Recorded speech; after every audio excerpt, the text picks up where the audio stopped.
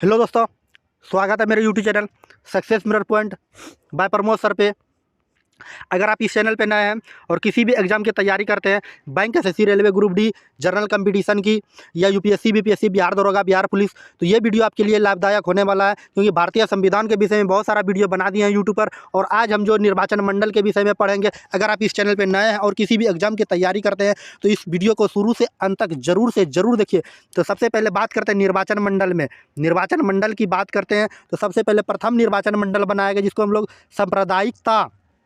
सांप्रदायिक निर्वाचन मंडल के नाम से भी जाना जाता है। तो प्रथम परीक्षा में पूछे जाते हैं प्रथम निर्वाचन मंडल को और किस नाम से जाना जाता है, तो सांप्रदायिक निर्वाचन मंडल के नाम से भी जाना जाता है। प्रथम निर्वाचन मंडल के समय पृथक निर्वाचन मंडल की व्यवस्था की गई। बात समझे, प्रथम निर्वाचन मंडल में के समय पृथक निर्वाचन मंडल व्यवस्था की गई थी।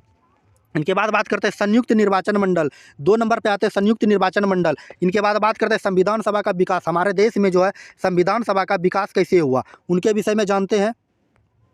तो सबसे पहले बात करते हैं क्या संविधान सभा का निर्वाचन मंडल, संविधान सभा का विकास आखिर हमारे देश में हुआ कैसे। चलिए बने रहिए इसी वीडियो में। चलिए आगे देखते हैं। तो सबसे पहले बात करते हैं संविधान सभा का सांकेतिक उल्लेख जो है 1895 ईस्वी में बाल गंगाधर तिलक ने ही कहा था। इन्होंने ही कहा था स्वराज्य हमारा जन्मसिद्ध अधिकार है, अंग्रेज से कि मांगने से हक नहीं मिलेगा, हमको लड़ कर लेना पड़ेगा। ऐसा किसने कहा था?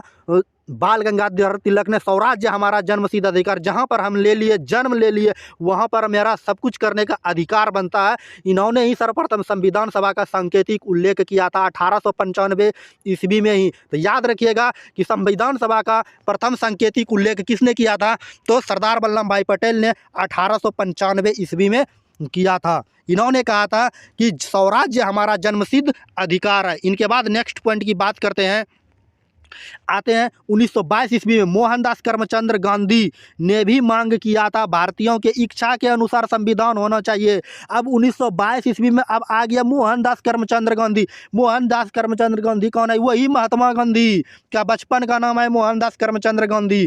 तो पूरा नाम है बचपन का मोहनदास करमचंद गांधी, जिसको हम लोग महात्मा गांधी के नाम से जानते हैं। इन्होंने भी 1922 ईस्वी में कहा था भारतीयों के इच्छा के अनुसार भारत का संविधान होना चाहिए। बात समझे, याद रखिएगा, एग्जाम के व्यू से काफ़ी इंपॉर्टेंट है। अगर पूछ दे किसने कहा था भारतीयों की इच्छा के अनुसार भारत का संविधान होना चाहिए, तो याद रखिएगा किसने कहा था। 1922 ईस्वी में मोहनदास करमचंद गांधी, महात्मा गांधी ने कहा था। इनके बाद नेक्स्ट पॉइंट की बात करते हैं।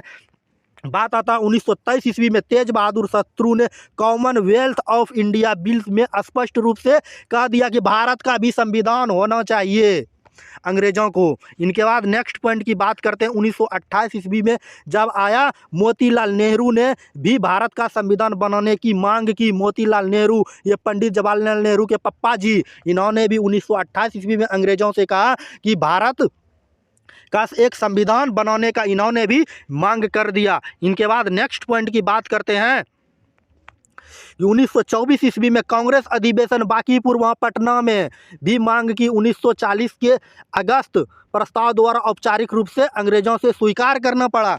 अब देखिए, पटना में वाकीपुर में कांग्रेस अधिवेशन किया गया था, और 1924 ईस्वी में क्या पटना के वाकीपुर में कांग्रेस का अधिवेशन किया गया था, और उन्होंने वहाँ पर मांग किया था कि भारत का भी एक संविधान होना चाहिए। जब तक संविधान नहीं मिलेगा तब तक हम लोग लड़ते रहेंगे। और 1940 ईस्वी में, अगस्त 1940 ईस्वी में औपचारिक रूप से कानून बनाकर अंग्रेजों को पास करना पड़ा।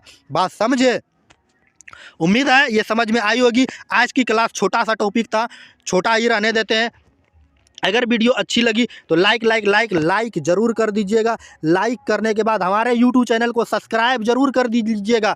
करने के बाद बेल आइकन का घंटी दिखेगा, उसको ज़रूर से ज़ोर से दबाइएगा, ताकि जब भी यहाँ पर हम घंटी दबाएं तो आपके मोबाइल का भी घंटी बजे। अगर आप फेसबुक पेज पे देख रहे हैं तो वहाँ फॉलो ज़रूर कीजिएगा। अगर वीडियो अच्छी लगी तो अपने दोस्तों के बीच शेयर करना नहीं भूलिएगा। अगर आप इसका पीडीएफ डाउनलोड करना चाहते हैं तो हमारे Telegram channel success mirror point by Pramod sir पे वहाँ से ज्वाइन करके पर डे आप पीडीएफ भी प्राप्त कर सकते हैं, और करंट अफेयर्स का भी वहाँ पीडीएफ मिल जाएगा।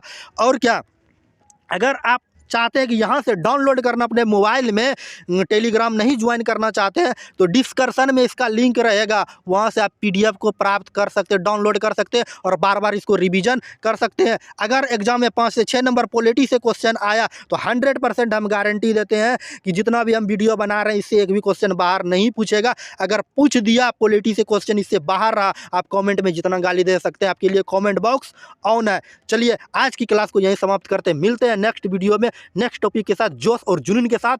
थैंक यू, जय हिंद, जय भारत।